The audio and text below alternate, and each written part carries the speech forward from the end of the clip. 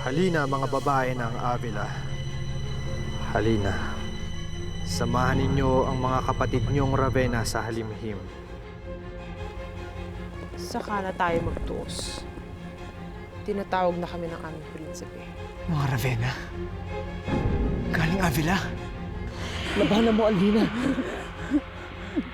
Pero paano mo nalaman? Nahawakan ng kwento sa Alvina sa'yo. May bumubulong mula sa puso ko. Ang kwintas ni Angelus. Yun ang pananggalang mo. Hawakan mo. Ang ibig sabihin, ang kwintas ang siyang proteksyon mo. Mabuti naman at nakauwi na kayo sa dapat ninyong kalagyan. Nasaan si Alwina? Ang mga Ravenna ang may kagagawa nito. May bago silang kapangyarihan. Kailangan na dito si Alvina!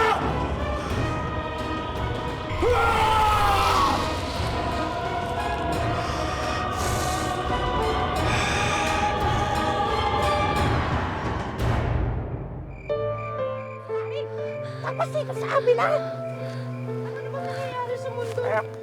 Kailan pa ba naging uso ang kasamaan? Teka, isa-isa muna, no? Isa-isa muna balita. May sasabihin muna tayo kay Bagwis. May balita ka na ba tungkol kay Alwina? Oo, nahanap na niya si Angelus. Talaga? Napakabuti ni Bathala. Iniwan namin sila sa Lagaslaw, sa piling ng mga taguba.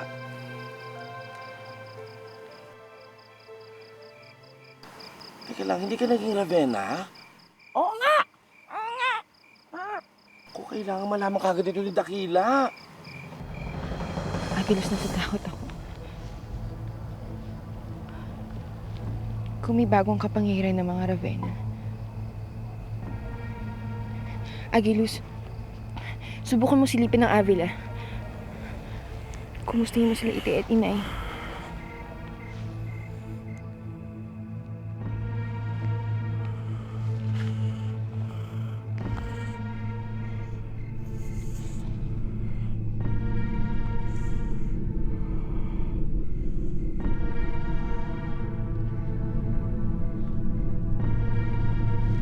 Tatakpan pa rin ang kadiliman ng Avila. Wala akong makita.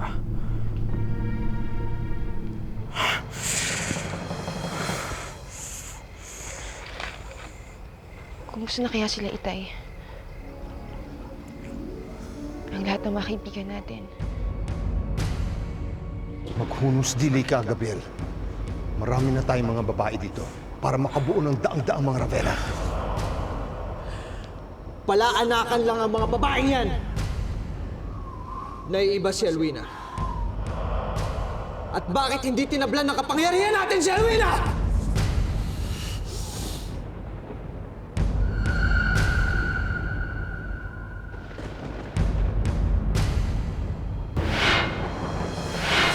Malaki na nga ang mukbo ng Ravenna. Kailangan malaman ito ni Dakila. Babalikan kita, Linang.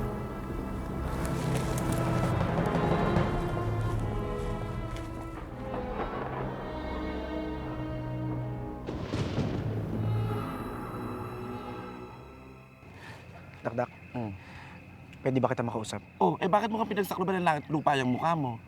May nakita akong mga Ravenna ang papalayo galing Avila. Oh, Sinalakay ba tayo?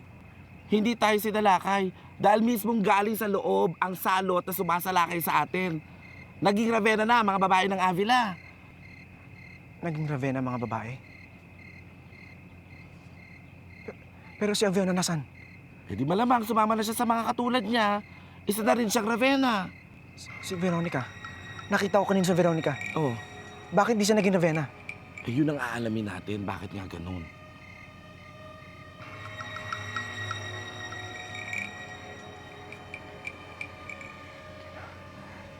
Kailangan kong makausap si Rasmus. Paano mo nagawa sa akin to, Ama? Matapos ng lahat ng ginawa ko sa'yo. Ako pa ang nagawa mong palayasin.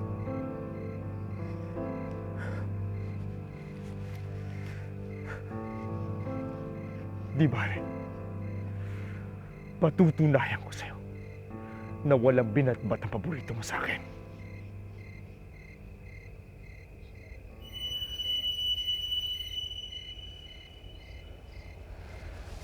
Si Aramis. Baka may maitulong sa akin to.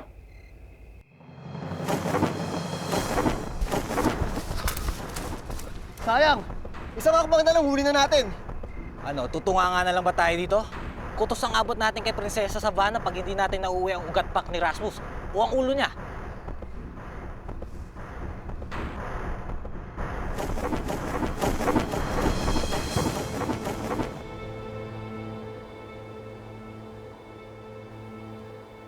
Ikaw lang ang babaeng hindi naapektuhan sa ginawa ni Ravena. Baka makahanap tayo ng lunas sa nangyari sa mga babae natin sa pamamagitan mo. Naramdaman kong hinihigop ng kaluluwa ko. Pero iniligtas ako ng kwintas na ito. Ano yan? Agimat? May nakalakip bang gamot sa kwintas na yan? Parang agimat na rin. Kwintas ito nabigay sa akin ni Alwina. Nung nararamdaman ko na hinihigop na naman ang kaluluwa ko, hinawakan ko to. At naaalala ko yung mukha ng anak ko. At naramdaman ko na bumalik ako sa katawan ko.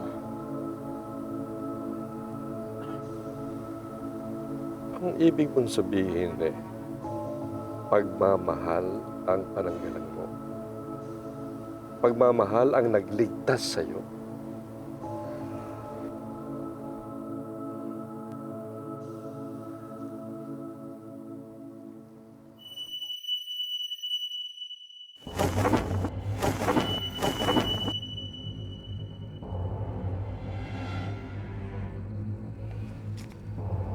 Tinatawag mo ako. Kausapin mo ang ama mo. Wala akong pakialam sa mga babaeng ginawa niyong Ravenna. Kailangan ko iligtas si Aviona. Napakalaki ng tiwala mo sa impluwensya ko. Wala akong alam sa sinasabi mo tungkol sa pesteng mulawin yan. Paanong wala kang alam sa mga plano ng ama mo? Dahil pinalayas niya na ako sa tinitirahan namin.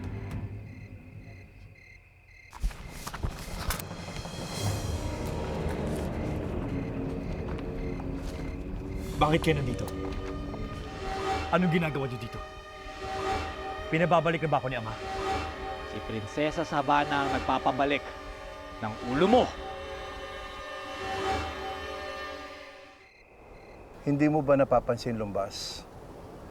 Mula nang mabuwalang puno ng mulawin ay pababa na ng pababa ang maitim na usok na bumabalot sa Avila. Kaya pa naman nangyari ito. Oo nga't nakamit natin ang ating matanggal ng ambisyon na maging pinuno ng Avila. Pero sana hindi sa ganitong panahon at pagkakataon. Hindi kaya nagkamali tayo, Lumbas? Hindi kaya nagkamali tayo sa pagtrato kay Agilos? Kay Baguis? Anong ibig mo sabihin? Hindi kaya binabalot na rin ng maitim na ulap ang ating mga puso at isipan? Katulad ng maitim na ulap na bumabalot ngayon sa Avila. Hindi. Hindi tayo nagkamali. Sina Agilos at Baguis. Sila ang dapat sisihin sa nangyayari ito. Tandaan mo, tayo na ang pinakamakapangyarihan dito sa Avila. Kaya dapat gawin natin lahat ang nararapat para protektahan ang kapangyarihan yan.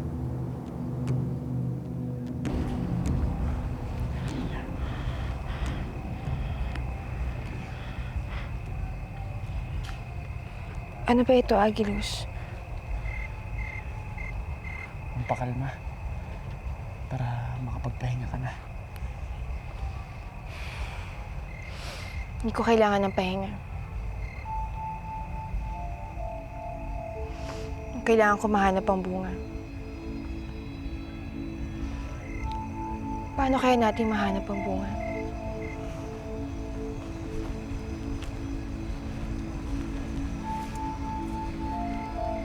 Matutulungan ko kayo dyan.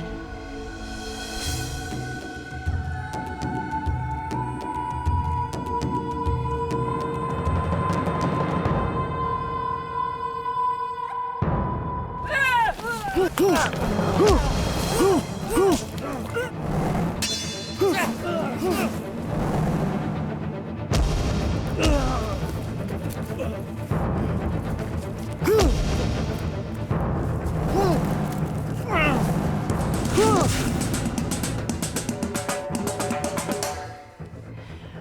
ikaw naman ang may utang sa akin, Rasmus. Talikuran mo na ang amo mo. Magtulungan na lang tayo. Dahil tinulungan mo ko, hindi ibig sabihin ito madidiktahan mo na ako. May sarili akong layunin na kailangan ko tuparin. Kung gusto mo mabawi ang pipit na mulawin na yun, bahala ka sa sarili mo.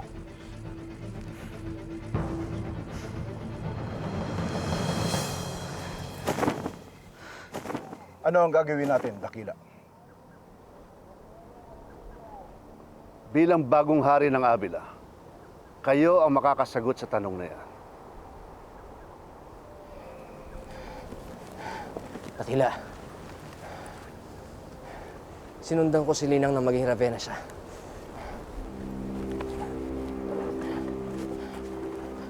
Alam ko kung nasaan ang mga babae.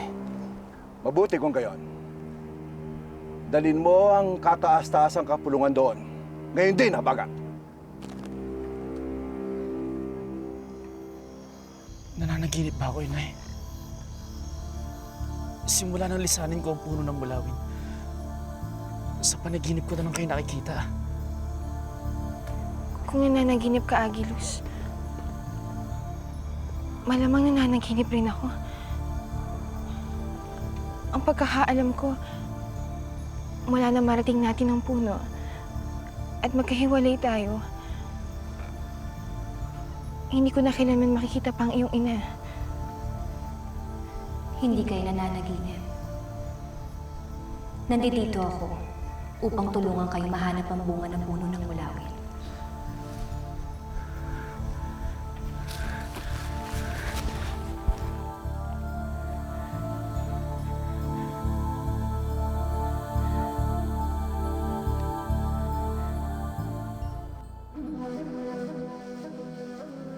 Hindi panatag ang loob ko sa nais mong gawin, Haring Daragit.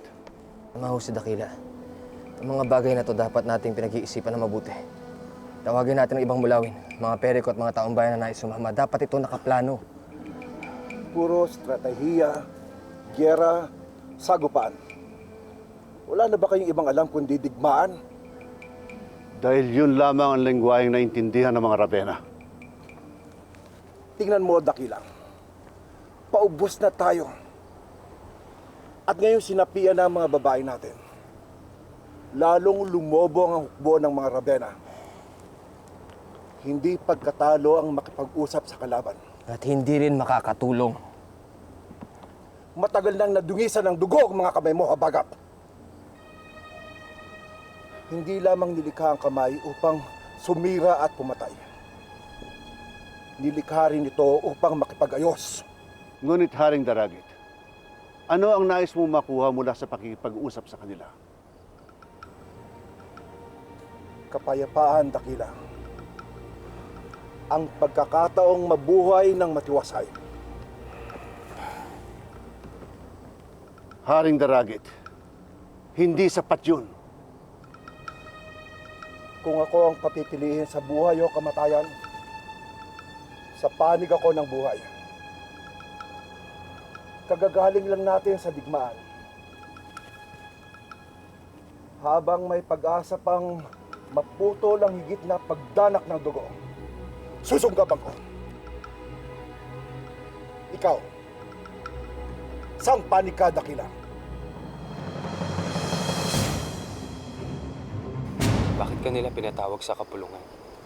Naghahanap sila ng sagot kung bakit hindi ako naging Ravenna katulad ng iba. May napagkasunduan ba silang lunas?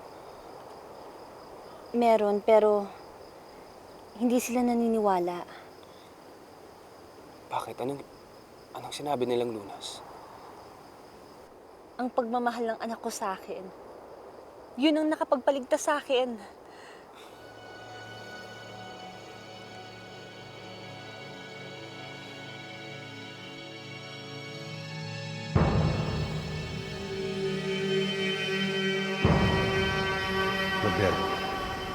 May kailangan tayong pag-usapan.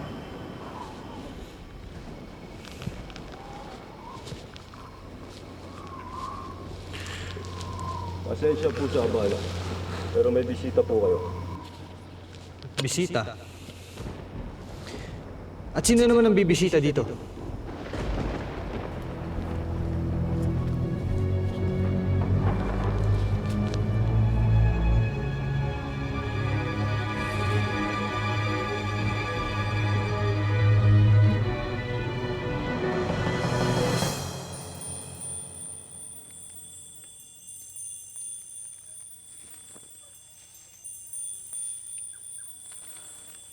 Anong ibig sabihin nito, Florona? Katulad ng paglikha sa'yo ng Inang Reyna upang magsilbing pananggalang sa mga nais makapasok sa Avila, may tungkulin si Balasik. Ibinigay ni Inang Reyna ang Balasik sa mga mulawin para may lagakan sila ng kaalaman at mga propesiya. At bagaman namamatay ang katawan, ang kaalaman ay hindi. Ibig mo sabihin, bubuhayin mong muli ang kabiyak ko? Inatasan ako ng Inang Reyna ang kunin ang katawan ni Balasik at baguhin ang anyo nito. Sa bagong anyo, hindi na mamamatay ang Balasik. Anong anyo ang sinasabi mo?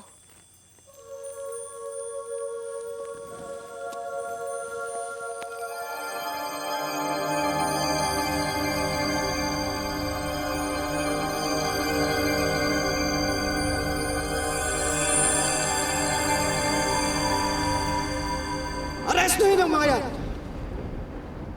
Naiintindihan namin gusto ninyo kaming ipahuli.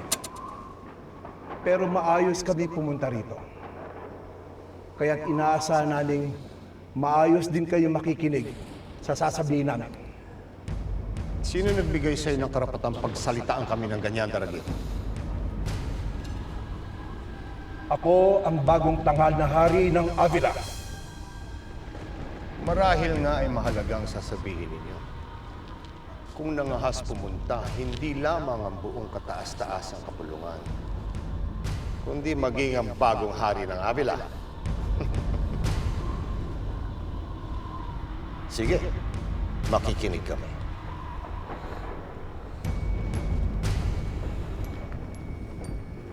Paano ang daloy ng pag-uusap natin, mahal na hari? Anong iaalok natin sa kanila? Ano ang... Dakila, tama na. Ako ang hari. Ako ang bahala. Matagal ko na iniisip ko ano nangyari sa inyo.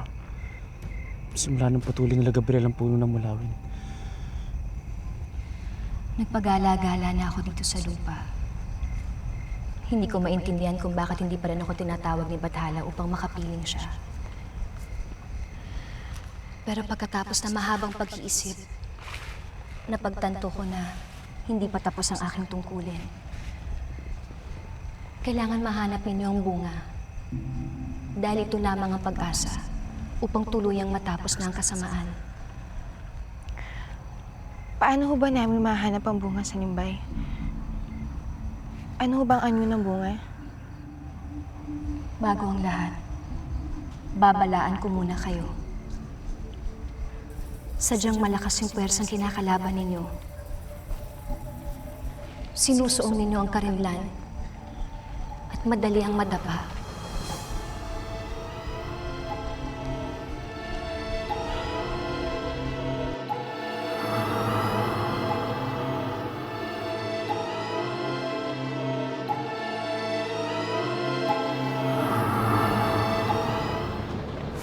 Mahal na Ravenum, Prinsipe Gabriel, dadalhin na ho namin ang mga babae sa pisa ng itlog. Pamisa ng itlog? Ang ibig niyo sabihin? Walang iya kayo! Pagsabihan mo itong embahador mo, Daragit. Nasa poder namin kayo. Isang utos ko lang, kaya kayong pabagsakin ng mga kawal ko. Paumanhin na Ravenum. Alam kong naninibago tayong lahat sa pagtatagpo ng dalawang magkalaban. Subukan niyong magdantay kahit isang daliri kay Linaw. Uubusin ko kayo.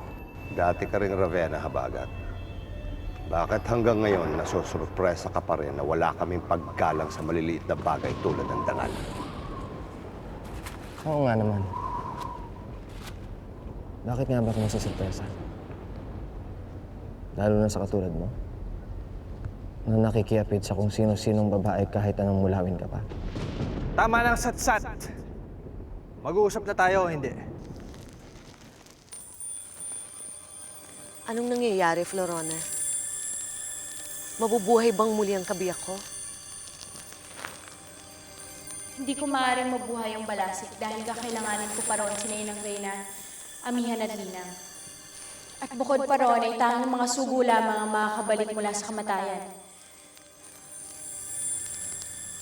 Eh kung ganon, ano ang ginagawa mo? Inaangkop ko lamang ang kaanyo ni Balasik sa kaalamang nakabalot sa katawan niya. Maghintay ka lamang, Haraya. May kita mo rin.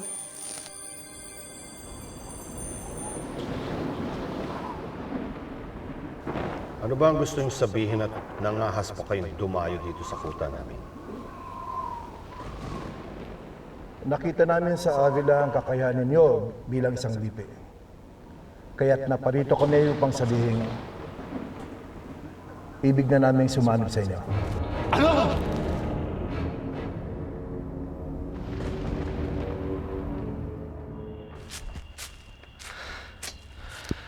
Nakakainis naman yung mga babaeng yun. Ang bibilis lumipad. Di ko tuloy mahabol.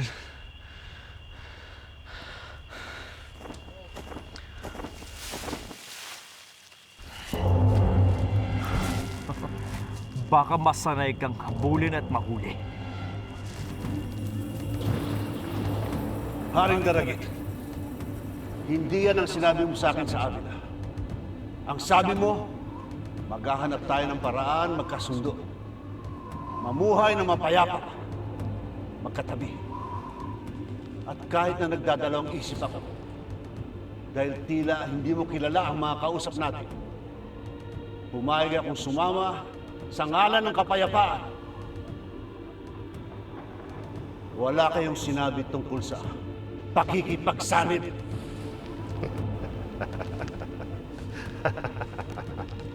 Ano? Ang nirerespetong si Dakila, niloko ng sariling hari?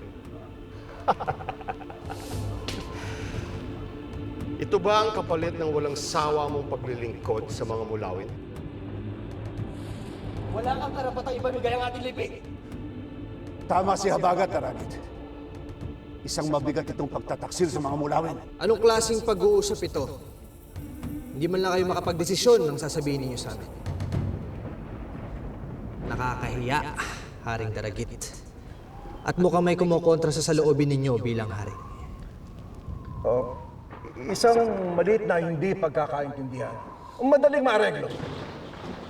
Isang paraan lang ang nakikita ko para maareglo ito. Kailangan tanggalin sa usapan sina Dakila at Habagat. Kung siyang kinakailangan. Daragit! Takpin ang mga yan!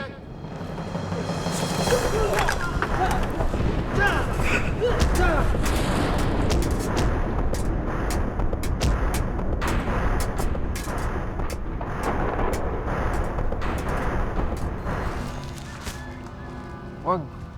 Huwag mong papatayin. Bakit kita papatayin? Ikaw ang gagawin kong pain sa patibong ko kay Gabriel.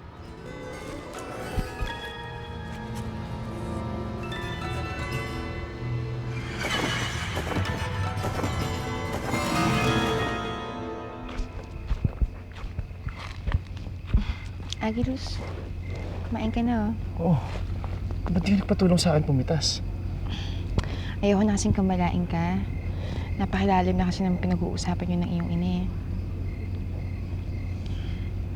Mangungulila ako para sa kanya.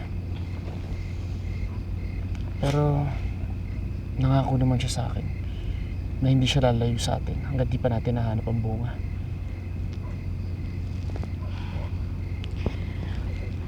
Agilus, inalagay ko muna dun eh. Sige, maghanap muna ako ng kahoy.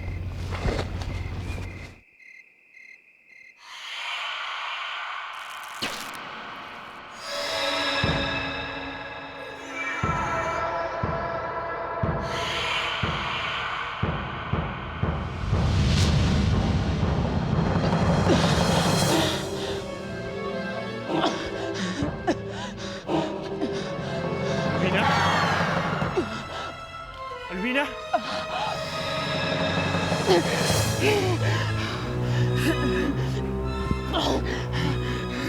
Quintas!